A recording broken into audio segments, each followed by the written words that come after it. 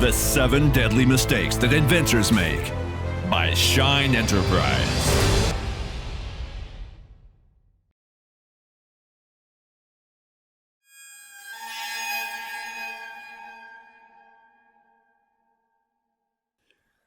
Welcome to your next deadly mistake, getting a bad patent search. This is so important because a patent search is the first thing you're going to do. It's going to be the thing that starts your journey. And if you get this right, this can give you huge feedback exactly as to how you're going to patent your invention. If you get it wrong and get a very average patent search, and unfortunately there are a lot of those out there, it can really fail to give you the feedback, and you might end up spending a lot of time, a lot of money trying to patent something or work on something that you end up not being able to patent when it comes to filing at the patent office. So this is very important. In this deadly mistake, I'm going to give you 2 videos which are going to show you how to guarantee you get an absolutely world-class patent search, and we're going to work on that together. But before we look at those videos, I want to tell you about a pet hate of mine. I've seen this, and for some reason this happens more with providers, patent search providers in the US than anywhere else. But I've seen these packages being provided to inventors. You might get this offered to you where you get a patent search and what's called a market research report or a product evaluation report. In other words, they bundle an extra thing into the patent search to try to make it look like it's of more value to you, or maybe so they can charge a bit more money. And they tell you that they're going to evaluate your product, maybe write up some document or get some person to evaluate it. Sometimes called a market research report, it's sometimes called a product evaluation. This is a real pet hate of mine, and before I talk about this, I want to introduce you to someone called Bob Voorhees, who's from Colorado, USA. Bob was someone who was very supportive of Shine Enterprise when I started this out online, so thank you very much, Bob. And he's about to tell you about what happened to him when he got a patent search and got one of these market research reports or product evaluations kind of bundled in. Be very careful if this happens. Take a look at what Bob's got to say. Hi, my name is Bob, and I'm going to tell you about a deadly mistake that I made. Shine Enterprises has a series of videos about deadly mistakes people make, inventors make, and the next one coming out is about bad patent searches. I went and spent over $1,000 here in the US to get a patent search done and have my product evaluated, as they called it. And the product evaluation that they gave me was basically a boilerplate with my name written in here and there. But the patent search was the real disappointment. It was not even thorough. It was done just in the United States, and after I got that information back from them, I did my own search and found out more information than they did. So, not worth it. Go to his site, watch the next video. It is so worth it. It will save you a fortune. Thank you. So the first thing to bear in mind there, by the way, the video that Bob was talking about watching at the end, the one he said to watch, is this one you're watching now. I've got a lot of things which are going to help you avoid this situation, but the first thing to bear in mind about these market research reports or product evaluations, as you heard from Bob, what they did, what he feels was a kind of boilerplate report, and they said that some sort of professor at a university, I think, carried out this report, but when he asked who that was, they wouldn't even say.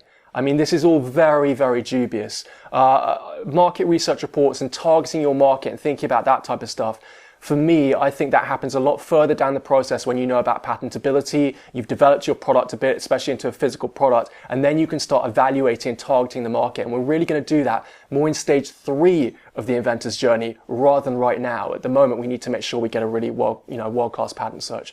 So real high quality patent search providers don't bundle extra stuff into their package. So when I do a patent search, I don't bundle extra stuff to try to make it more valuable to you because I've got one of the best patent searches. We carry out a world-class patent search, so I don't need to do that. And I'm focusing only on that. So as a general rule, at the beginning of your journey, if you hear things like market research report or product evaluation reports, and they're sold to you or bundled as part of a package with patent searches or anything else, that's time to scream and run to the hills. Really be careful. I don't know any world-class patent search providers that also do a market research report bundled in, and it's very dubious as to the value of a market research report at that point, or in some cases even further down the line.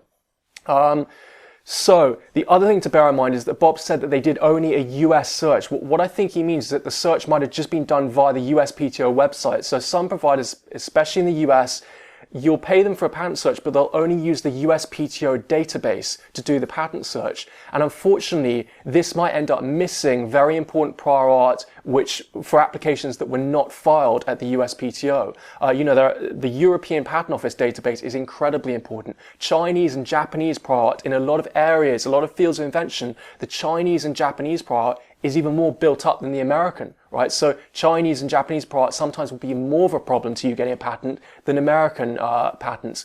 And so Bob did a search himself and ended up finding stuff these guys didn't even find. As we go to the summary and solutions part of this deadly mistake, I'm going to give you, stuff, a kind of tutorial, and show you, if you want, how you can do a very quick search, sometimes a lot better quality than what's going to be sold to you.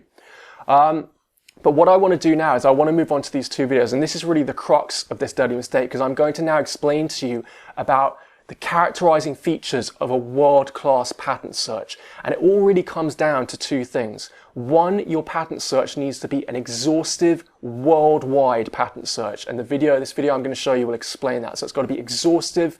The person that's doing it's got to really try to find everything, and it's got to be worldwide. And the second thing, which sounds obvious, but it's very, very clever and quite elite in terms of the knowledge I'm going to give you here, is that you need to know exactly what you're trying to patent before you even start with the patent search. That might sound really obvious, but I'll explain it in that video. It's actually very clever how that works, and it's really going to help you and could actually be the most important step towards you getting perfect patent protection on your invention. So let's take a look at those two videos now, starting with worldwide exhaustive patent search. In order to get a patent in any one territory, like the US for example, your invention needs to be brand new worldwide. In other words, if you're applying for a patent in America, the examiner that searches and examines your patent application will do a worldwide patent search. And if they find your invention concept disclosed anywhere, even in China, Japan, or anywhere else in the world, that will block you from getting a US patent. This is how it works at all patent offices. So to get a patent anywhere, your invention needs to be totally new throughout the whole world. Whether they find a patent application that shows your invention concept, or even an article written on the internet, that will block you getting a patent anywhere. The stuff they find in their search is called prior art. Prior art just means previous stuff relevant to your invention. So this means when it comes to you hiring a patent search, there are two things your patent search must be. One, it must be a worldwide patent search. You'd be surprised by how many providers just do things like preliminary patent searches using the USPTO database. Whilst the USPTO database is important, it has some serious limitations, and it does not include all patent applications from throughout the world. These can be vitally important and may well contain prior art for your invention. You need a search that searches all territories worldwide, or you could miss prior art that will go on to block your patent. And you need to know about that prior art now so you can adjust your patent strategy accordingly. Two, your patent search needs to be exhaustive. In other words, there's no point getting a worldwide patent search done by someone who isn't highly skilled and totally committed to finding even that one piece of critical prior art that could block your patent. It's not uncommon in patenting for patent office examiners to literally find just one piece of prior art that blocks your patent. Unfortunately, even that one piece is enough to block you, so you need to find out about it now if it's there.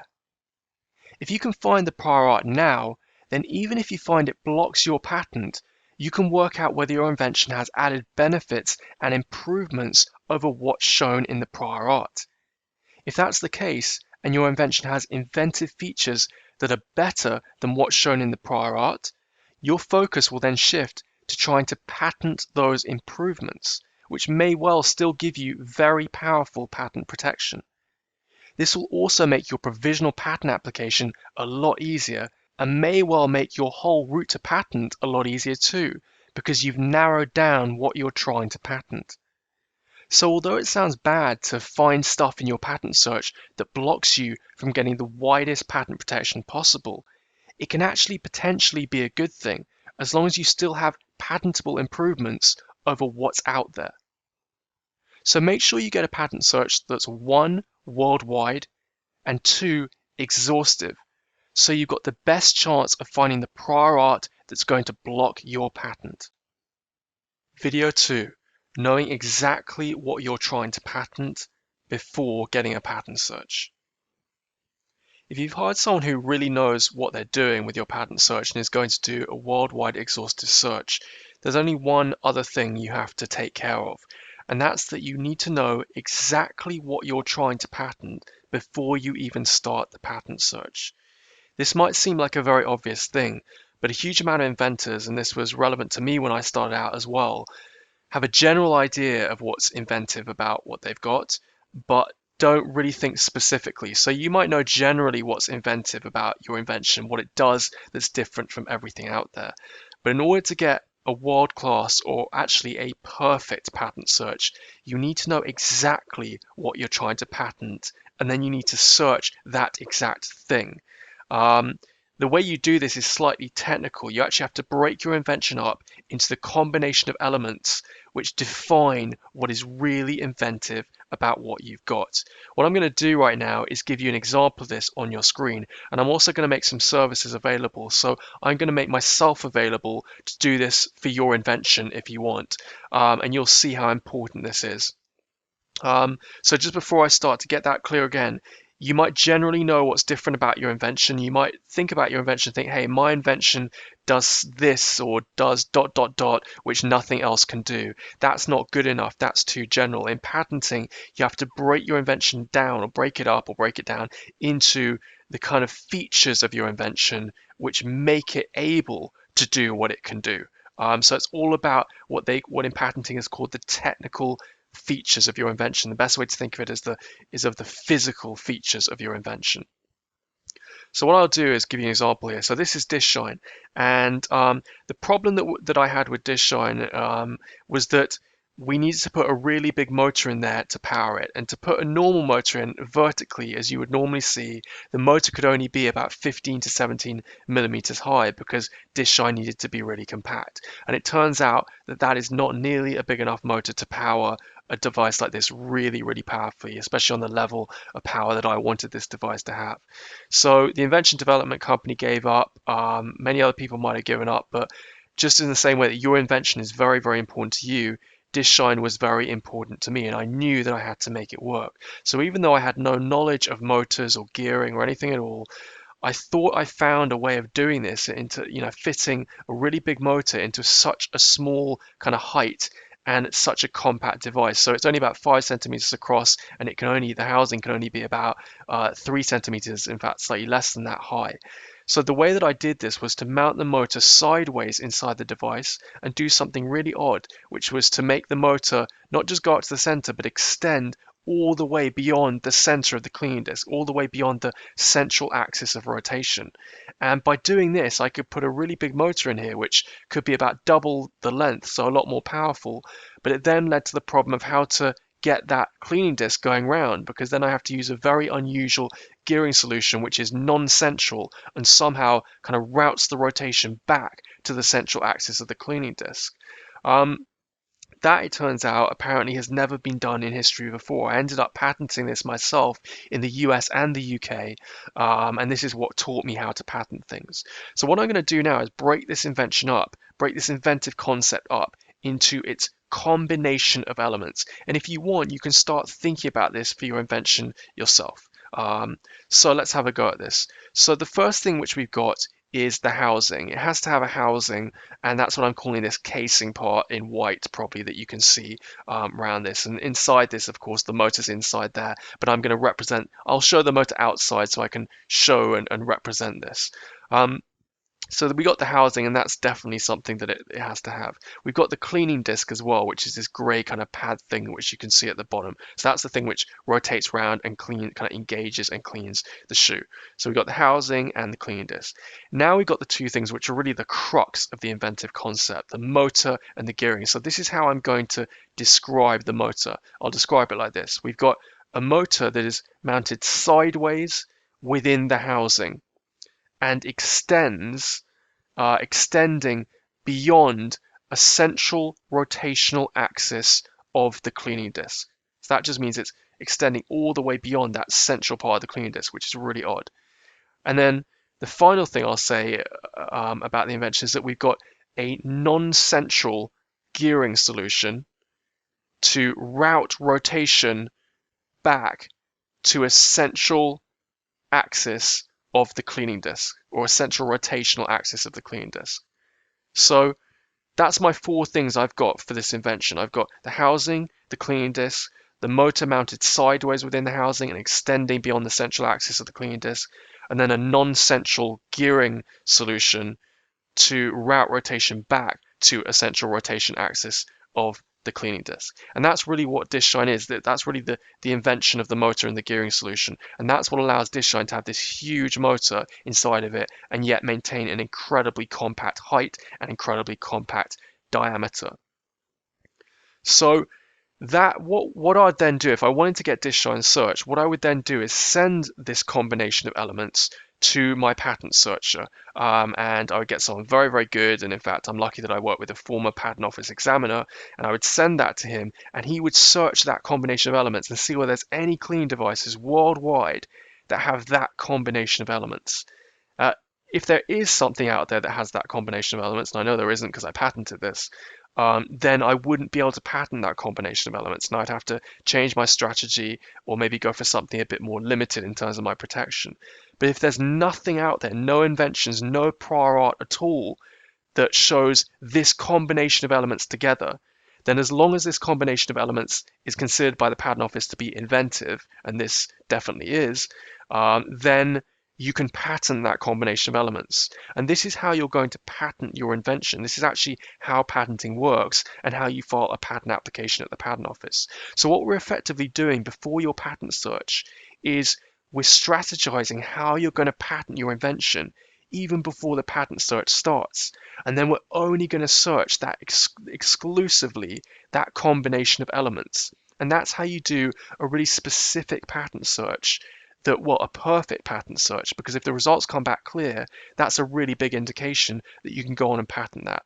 Once those search results do come back clear, if they do, what you're going to be able to do then is draft a very provisional patent application for that exact inventive concept and combination of elements. And you could literally show one drawing, but you might want to show 2 or 3 in from different angles and point to those combination of elements and explain what they are. And that then gets you patent pending on those combination of elements for 12 months once you file that at the Patent Office, which can be done online in minutes. And of course, when it comes to actually doing the full non-provisional, you're going to also then claim that inventive concept there, and we hope that that will result in you getting a full patent. So that's how this works and why we break your invention, why we need to break your invention up into the combination of elements which define what the real crux of your inventive concept is. And we need to do that now before the patent search even begins, because if you don't do that now and you think just generally, hey, my invention is the first invention to ever clean upwardly or first invention to ever do this in a certain way, then unfortunately you might get a general search which doesn't specifically search this combination of elements, and that's not going to give you the feedback that you need in terms of really knowing whether you've got a really good chance of patenting this inventive concept. Okay, so I hope that's cleared a few things up for you and you've realized the absolute key to getting a world-class, or we really hope a perfect patent search, is to know exactly what you're trying to patent before you even start. You're then going to do the patent search focused on exactly what you're trying to patent. It sounds so obvious, but it takes a little bit of patenting skill to kind of think like that. So even at this early point of the journey, right at the beginning, I'm going to ask you to get a little bit clinical in your thinking. I know you're very creative because you come up with this invention. Maybe you come up with many inventions. So in terms of creativity, you've got that. That's something which is a natural ability. But what I'm going to ask you to do, even at this early point with patenting, is get a little bit technical, a little bit clinical. Okay, so that's that deadly mistake. Let's take a look at the summary and your solutions. Unfortunately, there are a lot of bad patent search providers in this industry. Run to the hills if anyone offers you a combination package where they add something like a product evaluation or market research report with the patent search they're offering. In terms of getting a perfect patent search, there are two things that are important. One, you need to get a worldwide exhaustive patent search because even just one piece of prior art in some far off country could block you. And two, you need to know exactly what you're trying to patent before you even embark on the patent search. And that means breaking your invention up into the combination of elements that are the crux of your invention concept. That way, your search can then focus exclusively on searching for whether there's anything else out there that has that same combination of elements. There are a lot of solutions for you here. For a start, to avoid what happened to Bob, where he actually found more prior art in his own search than the people he paid $1,000 to, you've got the beginner's patent search tutorial free as part of your starter pack. You won't need to do more complex things like break your invention up into its combination of elements in order to do this. Step 1 of the beginner's patent search only requires that you come up with a quick phrase that describes your invention. So Tom's invention would just be something like upward and outward floor cleaning apparatus. John's would be something like lapboard with mousepad pocket for mouse. Once you've come up with a simple phrase like that, you can go straight into Google and Google Patents and start searching. And if the beginner's patent search works for you, you can get the pro version with tons of extra help for how to use Google Patents for just $45. If you enjoyed or are interested in building that combination of elements that defines the crux of your invention concept, you'll be happy to know that there's a program I've made that focuses heavily on that called iPerfect Pending.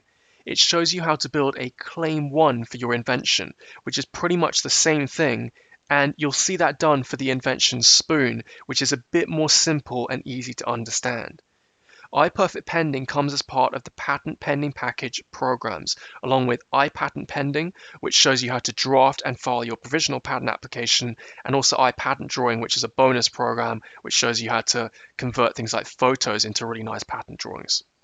If you're at all unsure about it, I recommend you go for the monthly payment plan because you'll get access to everything for a first payment of only $69 today, and it all comes with a 30-day, no questions asked money-back guarantee, so there's no risk at all on your part.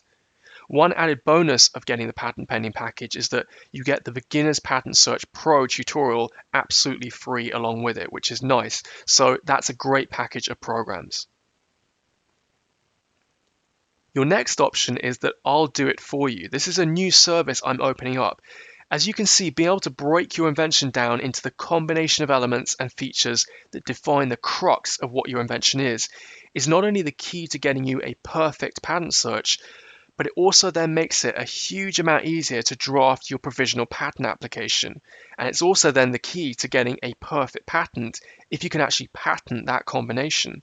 So this is actually called a claim 1 in patenting talk, and it's the single most important thing in the whole of patenting your invention.